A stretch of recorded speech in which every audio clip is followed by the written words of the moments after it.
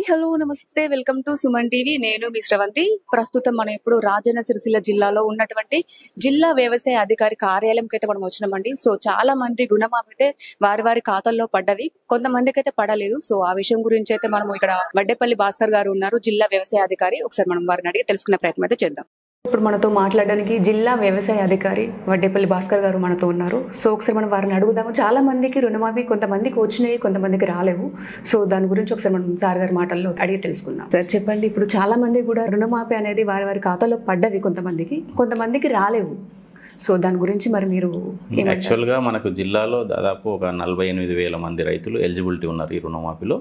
ఇప్పటి వరకు 35,000 మందికి క్రెడిట్ చేయడానికి ప్రాసెస్ స్టార్ట్ చేశారు. 23,785 మంది రైతులు, ఒక 167 కోట్ల మందం క్రియేట్ అయిపోయినాయి. అందులో మనకి ఏంటంటే ఒక 455 అకౌంట్లు డిఫరెంట్ రీజన్స్ తోటి, అంటే వాళ్ళ బ్యాంక్ అకౌంట్ క్లోజ్ కావడం కానీ, లేకపోతే ఆధార్లో నేమును బ్యాంక్లో నేమ్ మిస్ మ్యాచ్గా ఉండడం కానీ, లేకపోతే బ్యాంక్లో ఐఎఫ్ఎస్సి కోడ్ తప్పు పడడం కానీ, దానివల్ల కొంతమందికి ఏమైందంటే ఆగిపోయింది.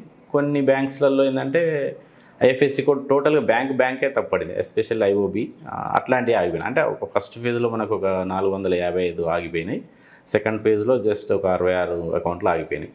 మొత్తం 35,000 మందిలో ఈ 455ను 577 దాకా ఆగిపోయినాయి అకౌంట్లు. మిగతా అందరికీ అమౌంట్ పడ్డాయి. ఇక రాని వాళ్ళ సంగతి ఏంటంటే మనకి ఈ 48,000 మంది అనుకునే రైతులందరికీ ఈ థర్డ్ ఫేజ్లో కానీ ఇంకా కొంచెం అంటే 2 లక్షల కంటే ఎక్కువ ఉన్న వాళ్ళకి కొంచెం గైడ్లైన్స్ ఫ్రేమ్ చేయాలనే ఉద్దేశంతో ఆపేస్తారు వాళ్ళకి. అంటే ఈ థర్డ్ ఫేజ్ వరకే గైడ్లైన్స్ ఫ్రేమ్ కావచ్చు, వాళ్ళని ఎట్లా చేద్దాం అనేది, లేకపోతే ఆ తర్వాతనైనా కావచ్చు. బట్ ఈ 15th నుంచి 30th ఆగస్ట్ లోపు మొత్తం అందరికీ క్లియర్ అవుతాయని మాకు ఇన్ఫర్మేషన్ ఉంది. అది గవర్నమెంట్ డెసిషన్ మీద డిపెండ్ అయి ఉంటుంది. ఇక రాని వాళ్ళు అనేది మేజర్గా డిఫరెంట్ రీజన్స్ తోటి ఉన్నారు. మేజర్గా మనకు ఆధార్ లేకుండా, ఆధార్ సంఖ్య బ్యాంకు లింక్ కాకుండా ఉన్నాయి కొన్ని అకౌంట్స్ ఉన్నాయి. ఇంకా కొన్ని ఏంటంటే మనకి దుబాయ్ ఫారెన్ వెళ్ళిన రైతులు ఏంటంటే వాళ్ళ బ్యాంకర్స్ వాళ్ళ మిస్సెస్ పేర్ల మీద కన్వర్ట్ చేశారు లోన్ అకౌంట్ని, కానీ వాళ్ళకి పట్టాదారు పాస్ పుస్తకం లేదు.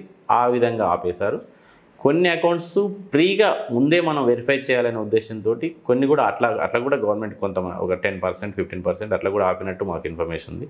ఇవన్నిటికీ టోటల్గా మనకు ఆగస్టు ఎండింగ్ వరకు క్లియర్ చేసే అవకాశం అయితే ఉంది.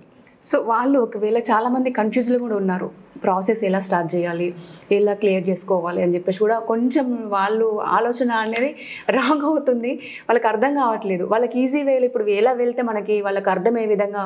అయితే ఒక్కటి చెప్పదలుచుకున్నది ఏంటంటే మనం ప్రతి మండల హెడ్ క్వార్టర్లో గ్రీవెన్స్ సెల్ ఏర్పాటు చేశాము. అక్కడ ఏఓ గారు ఉంటారు, బ్యాంక్ పర్సన్ ఒకరు ఉంటారు. అక్కడికి వెళ్తున్నారు, వాళ్ళు క్లారిఫై చేసుకుంటున్నారు. అయినా కూడా చాలామంది రైతులు, కొంతమంది అక్కడికి వెళ్ళలేని రైతులు కావచ్చు, లేకపోతే అవసరం లేదు తర్వాత చూద్దాం అనుకునే రైతులు కావచ్చు, కానీ డిఫరెంట్ వేలో ఫోన్లో మాట్లాడే రైతులు చాలామంది నాకు కూడా ఫోన్స్ వస్తుంటాయి. ఇట్లాంటి వాళ్ళకు మేము డీటెయిల్గా ఎక్స్ప్లెయిన్ చేయడం జరుగుతుంది. అయినా కూడా మీ టీవీ ద్వారా చెప్పడం ఏంటంటే కొంచెం ఓపిక పట్టాలి. మనకు అంటే ప్రాసెస్ కంప్లీట్ అయినాక కూడా మనకు రాలేదు అనుకుంటే అప్పుడు కొంచెం మనకు రిక్వెస్ట్ చేయడం కానీ, ముందుగా రైతులందరినీ కోరేది ఏంటంటే మనకు అసలు బ్యాంకు నుంచి ఎలిజిబిలిటీ ఉందా లేదా అనేది మీరు కనుక్కుంటే మీకు కొంచెం క్లారిటీ వచ్చేస్తుంది. అక్కడ బ్యాంకు నుంచి మనం ఎలిజిబిలిటీ ఉంది అనేది ఏదైనా లెటర్ లాగా మనకు తెస్తే దాన్ని మనం పైకి ఎస్కలేట్ చేసి ప్రాబ్లమ్ని వాళ్ళని కూడా ఇంక్లూడ్ అయ్యే విధంగా చేసే అవకాశం ఉంటుంది. కానీ ఇప్పుడు ఆందోళన చెందాల్సిన అవసరం లేదు. మనకు 3వ ఫేజ్ అయిపోయిన తర్వాత కూడా 2 లక్షల పైన రైతులకి ఒక ప్రొసీజర్ ఫామ్ చేస్తారు. ఆ ప్రొసీజర్ ఫార్ములేట్ చేసిన తర్వాతనే వాళ్ళకు అమౌంట్ పడుతుంది. అంటే ముందు వాళ్ళు అమౌంట్ పే చేయాలి, ఎక్సెస్ అమౌంట్ అంతా.